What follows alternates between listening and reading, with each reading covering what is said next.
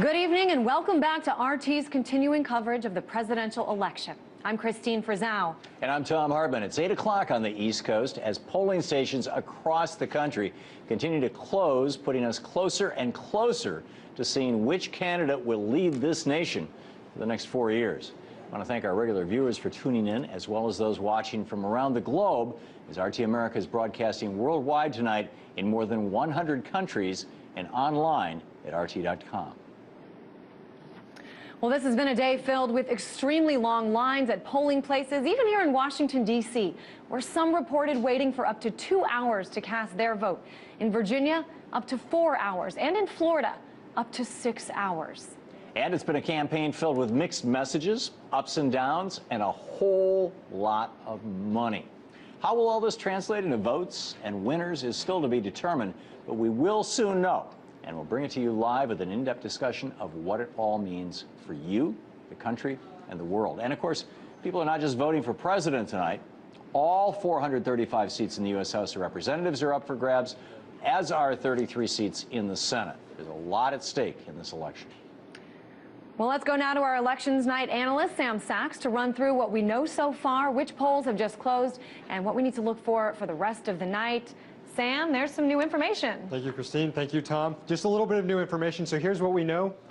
We've got Kentucky, West Virginia, South Carolina, and Indiana all called. And now Georgia has just been called for Mitt Romney as well. President Obama has Vermont. Now, none of this is really a surprise at all. This is what was expected to happen. But we do have polls closed now in Florida, Virginia, Ohio, Pennsylvania, New Hampshire. These are all battleground states. These will all determine who the president is. They're all still close to call, too close to call. Some numbers in Virginia. Romney has an early 59 to 40% lead in Virginia. That's very early, only 8% of votes in. And in Florida, it's 51 to 48 Obama, with 37% of precincts reporting. Now, two quick Senate updates. In Indiana, which is closed and has gone for Romney, and in Virginia, the two Senate races there are still too close to call. Those are going to be really important to see who controls the Senate at the end of the night. And real quick, an update. It's 49-3, the electoral count. Tom, Christine, back to you guys. All right, Sam Saxon. Of course, we're going to be checking in with you, obviously, throughout the rest of this night, whether it's a long night or a shorter night. That remains to be seen. It indeed does. It's going to be a very interesting one throughout the night. We now move to this. Move to this year's billion-dollar presidential campaign, all thanks to the 5 right-wing justices on the U.S. Supreme Court who, in their Citizens United decision in 2010, decided that those with the most money should have the most influence over our American democracy, while ordinary citizens like you and me should have our voices silenced. This is the first presidential election in which millionaires, billionaires, transnational corporations, trade groups, unions, even foreign governments, you name it, it could be Mahmoud Ahmadinejad, can spend unlimited amounts of money to put their guy in the White House. And on Capitol Hill, Citizens United has affected spending in every political race across the country. Overall, the campaign spending mark in the 2012 election cycle is forecasted to surpass $6 billion. Joining us now to discuss more of the effects on Citizens United is Jim Hightower, national radio commentator, writer, public speaker, also author of the book, Swim Against the Current, Even a Dead Fish Can Go with the Flow. Jim, thanks so much for joining us tonight. What do you think, Jim? How do you think the political landscape this election season would have been different had the Citizens United case been ruled the other way? Well, quite a bit different. I mean, start with, the Supreme Court, the 5 black-robed thugs on the court who gave that edict to us, hurtling our elections into the deep swamp of unlimited corporate money. The result of that is that about 1 out of every $4 of the billions of dollars you're talking about in these races come from these dark entities that have been created by the Supreme Court.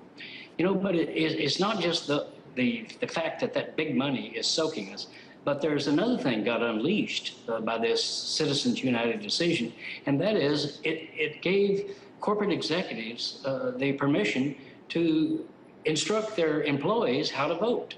And so you've got these outfits like the Coke Industries, the CEO of that outfit, David and Charlie Koch's empire, their CEO sent a letter out to each of their employees with Georgia Pacific, instructing them that they would suffer untold ills if Obama were to be reelected. And in case that was a little too subtle for them, the letter from the CEO also included a handy slate card for the employees to take into the voting booth using the designated names of Mitt Romney and the other anointed candidates of the Koch brothers. So this is the kind of thing that if you needed another, this gives a whole new meaning to a political boss. And if you needed another reason to go out and fight to overturn Citizens United, there it is. Jim, you make a really important point. The Supreme Court has, ever since the Marbury ruling in 1803, been basically making law, something that is not provided in the Constitution as one of their powers. The conservatives have been hysterical about it since Roe v. Wade in '73. Progressives are increasingly upset about it since 2010 and Citizens United. Why do you think it is that there has been virtually no discussion about the Supreme Court in all of this media coverage of the presidential races when Mitt Romney has got, wackadoodles well, he's got Robert Bork advising him on judicial nominees, the guy who, Reagan couldn't even get on the court because he was such a crazy, and that these, major issues that are going to affect generations into the future have not been discussed. Well, this is why Lily Tomlin said, no matter how cynical you get, it's almost impossible to keep up.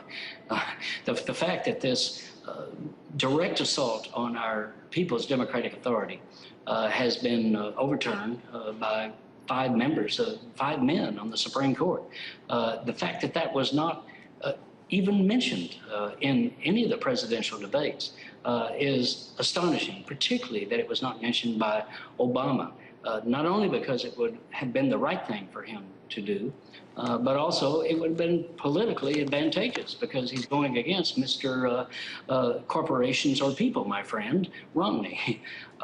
Well, it's tough, though, because, the president at first, certainly didn't hide his opposition to the ruling of Citizens United, but also, the rules were changed in the middle of the game, and it was a game he had to play. Of course, Priorities USA came in, and he said, I have to accept this outside money in order to compete. Well, have to is a very weird thing for the President of the United States to say. He is President of the United States of America. If he had stood against Citizens United, I dare say he would not have needed the amount of money that he has gone out to raise with some of these dark entities working for him. And Romney, of course, did a whole lot more in Crossroads, the Karl Rove entity, and others, the U.S. Chamber of Commerce on the far right-wing extreme out there raising that money to put against all Democrats. But at some point, we've got to stand against this. And the good news is people are. At the grassroots level, we have two propositions on the ballot today, one in Colorado and one in Montana, to say that corporations are not people and that speech that is not money, or rather that money is not speech. These, I think, are going to have a very good chance of winning, and that'll be a very instructive lesson for us tonight. In some of these states that are not blue states at all.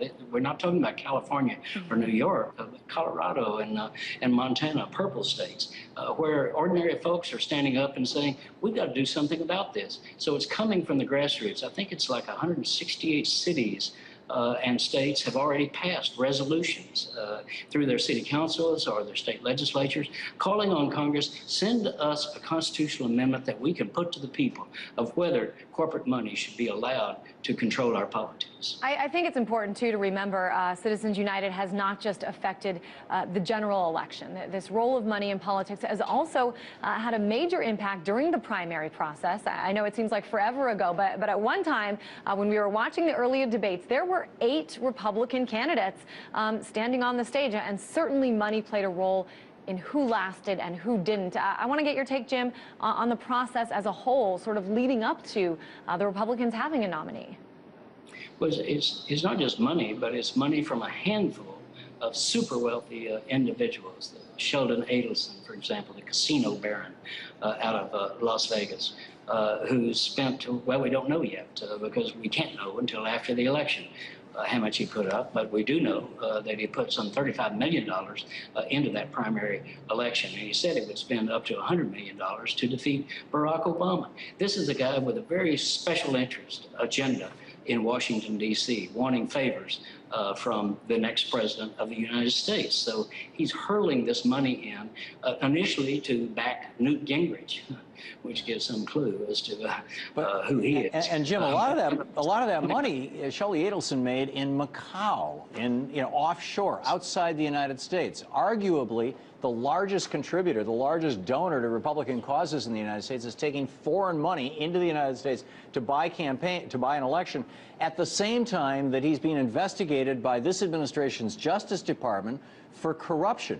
And if his guy wins, in all probability that investigation gets dropped with foreign money. And at the same time, isn't this bizarre? Romney was saying he's going to get really tough on China. Yeah, right. I don't think so. He's also over in Spain trying to build a multi-billion-dollar casino over there. But it's not his money he's putting in. He wants the Spanish people, who are already extraordinarily hard hit by the austerity program over there, that they should put up the money for him to erect this casino. Yes. Yeah. I think it's really important what you said, Jim, which is just about the very small number of people contributing this money. I remember I did a story when this first happened, and I went and just sort of talked to a bunch of people on the street and asked them how much money they would give. And they said, I could give $100. I definitely could not afford to give $1,000. So when you think about how much money people like Sheldon Adelson and others are giving, you got to think that they expect something in return, right? Bingo. Remember back to Charlie Keating in the SNL scandal in the 1980s, 90s. Keating was hauled before a congressional committee, and he was asked there, the $1.5 million that you gave to key members of Congress, do you think that had any influence on their votes? And Keating said, I certainly hope so. I mean, of course they expect return on this investment. And that's all it is, really. I mean, they're just investing to bend government to their will. And you're right that ordinary people, we don't have a lot of money to give. And it's a tiny percentage of the American people that give any money at all into these campaigns. And that's why we've got to have public financing of our elections so that, we're not asked for money. Why should we be paying? Certainly cannot underestimate the importance of Citizens United and its role. Jim Hightower, I want to thank you so much for taking the time to talk with us tonight. RT's coverage of the 2012 presidential election will continue after this break.